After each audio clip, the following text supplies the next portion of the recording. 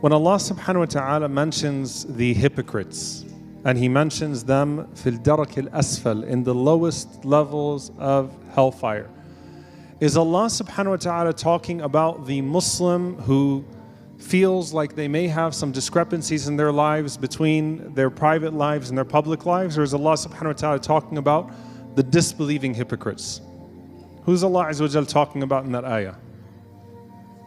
The disbelieving hypocrites. That the lowest of the disbelievers are the hypocrites amongst them, those that would pose to be Muslims. They knew they weren't Muslims, but they would pose to be Muslims so that they could wreak havoc within the community. That's called nifaq i'tiqadi, creedal hypocrisy. The lower level of hypocrisy is nifaq amali, is hypocrisy in our deeds, which is the hypocrisy that the companions feared for themselves, that I wasn't the same person around the Prophet ﷺ as I was when I was at home.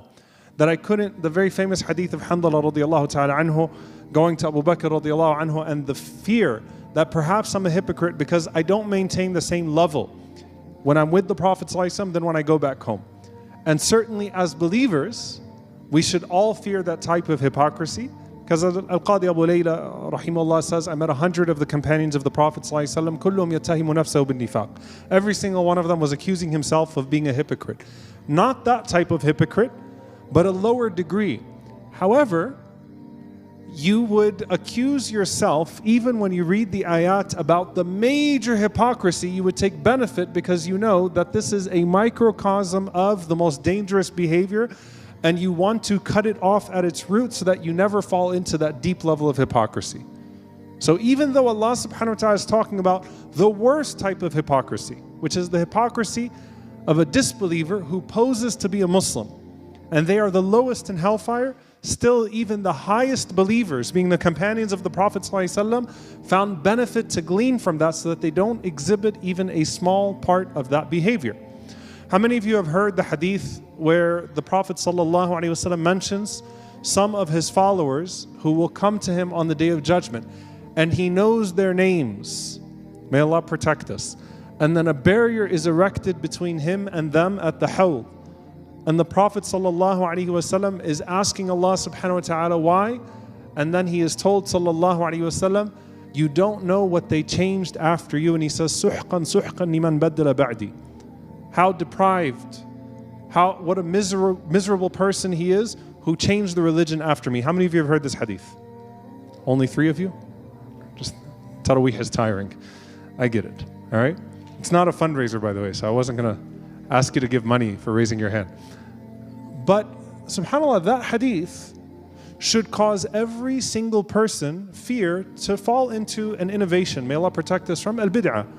Why? Because an innovation puts a barrier between you and the sunnah of the Prophet ﷺ. And so we want to make sure that we're following the Prophet ﷺ's way, and that there's a correctness to our creed, and that's what's maintained the integrity of this religion over 1400 years, is trying to find the way of the Prophet ﷺ and adhere to it, alayhi salatu wassalam, so that you don't fall into that.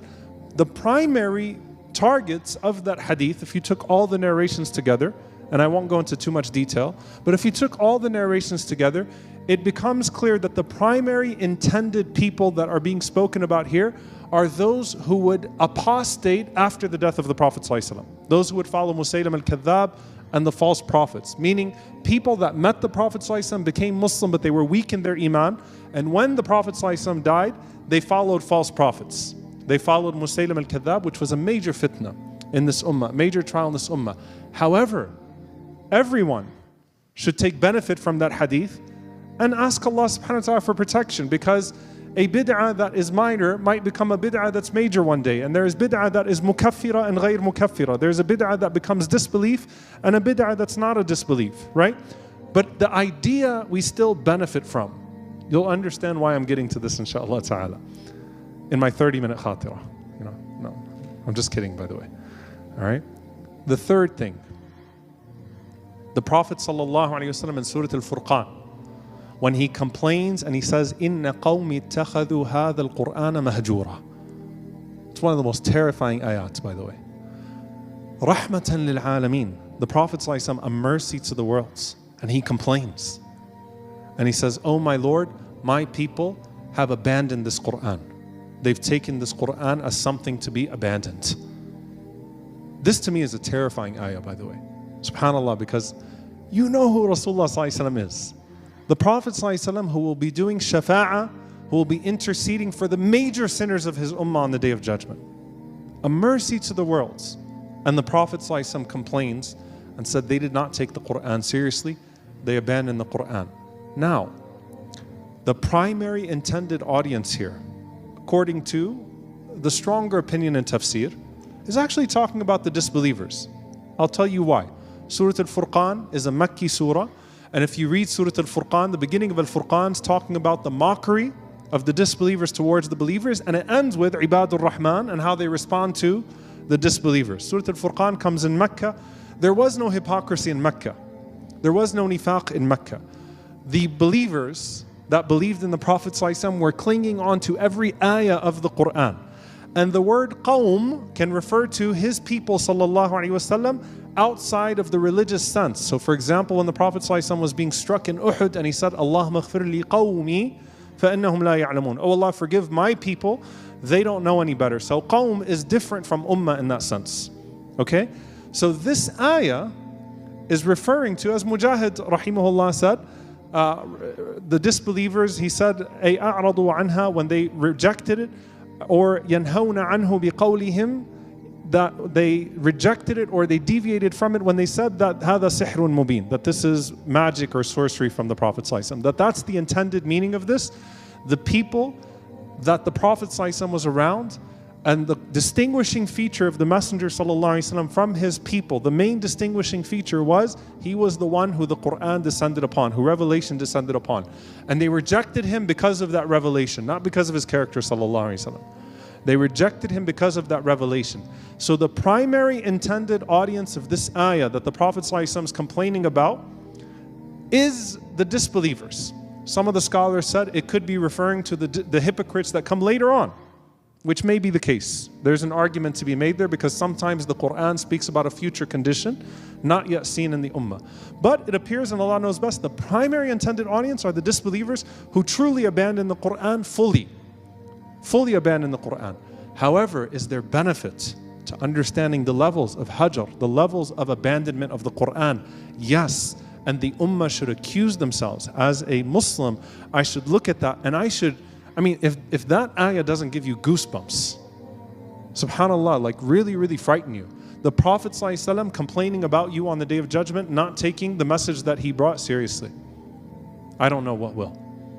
Now, again, this refers to, the Umayyah ibn Khalaf is, there's a story with him and the Prophet ﷺ spitting at the Prophet ﷺ, buckling to peer pressure. The ayah afterwards mentions a person then complaining, Ya waylata laytani lam attakhidh fulanan khalila. I wish I didn't follow this person. I wish I didn't go with this friend, this companion. But what does this mean for us? Hajar of the Quran, to abandon the Quran, primarily comes in two ways. Either abandonment by not acting upon it, or abandonment by not reciting it. And I want you to ask yourself a question, a serious question. Have you abandoned the Quran for 11 months of the year? And that's something for you to ask yourself. And this is a month of Tawbah.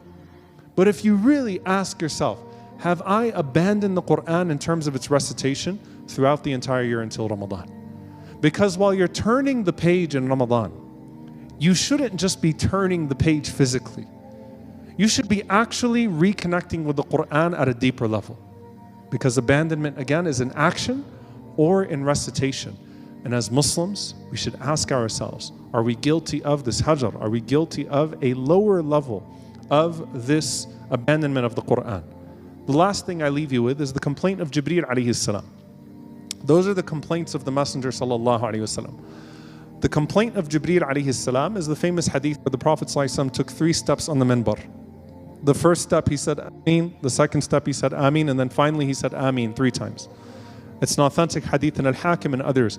And they asked the Prophet ﷺ what happened. He said, Atani Jibreel. Jibreel alayhi salam came to me and he made dua against 3 people. I'll paraphrase. 3 people. The first one, the one who Ramadan comes upon and leaves and he's not forgiven. What a loser. Jibreel knows what a beautiful and blessed month this is. تنزل الملائكة والروح فيها بإذن ربهم من كل أمر. He is one of the most praiseworthy aspects of Laylatul Qadr, that he comes down, he sees a different vantage point of the rahmah of Allah in Ramadan. Jibreel, you know what we hear about? Jibreel alayhi salam is a part of that procession that's clogging up the heavens.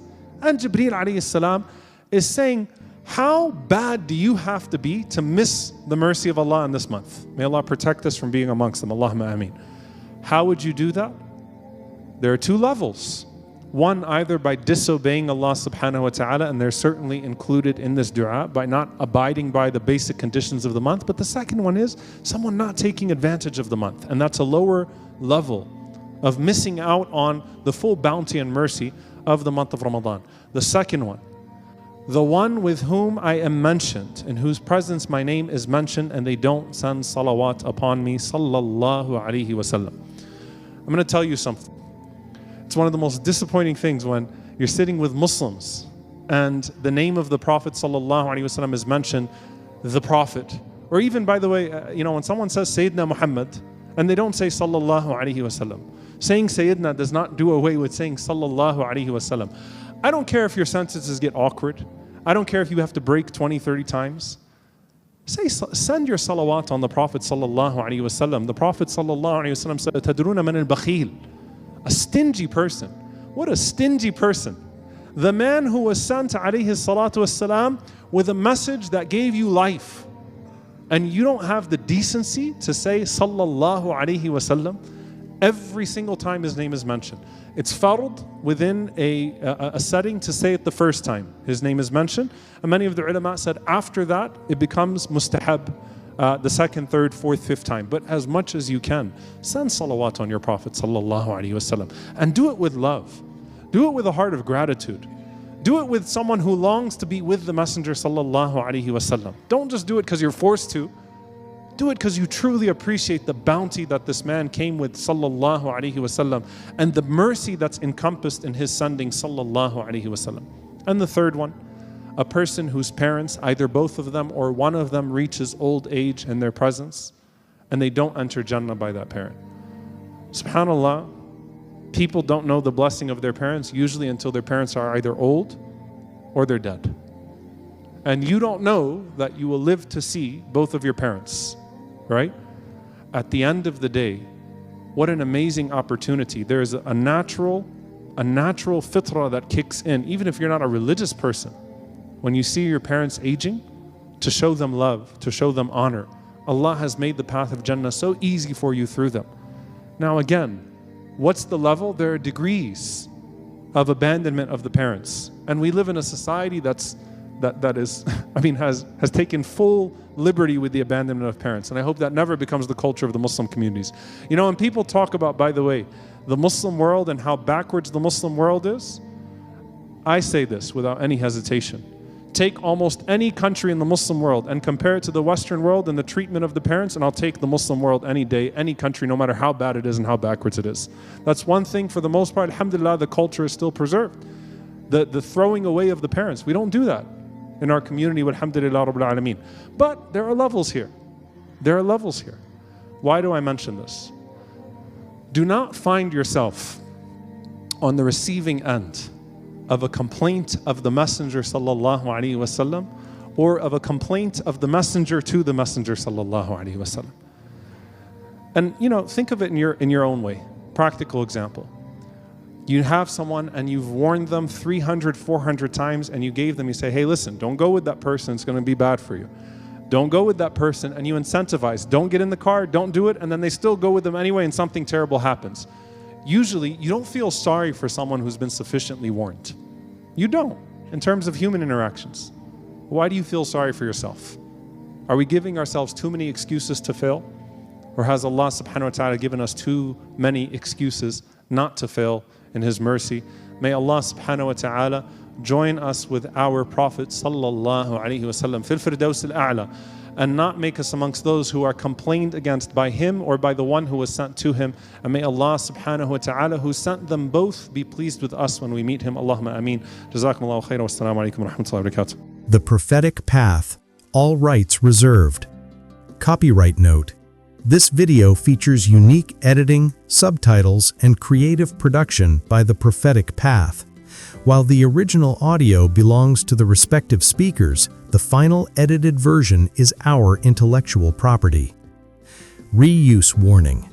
Unauthorized uploading, downloading, or redistributing this video on any platform, YouTube, Facebook, etc., is strictly prohibited and may lead to a copyright strike.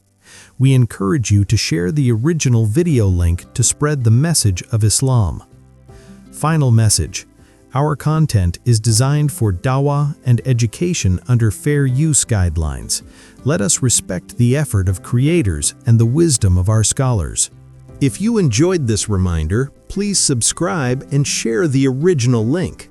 Re-uploading our edited content is not permitted.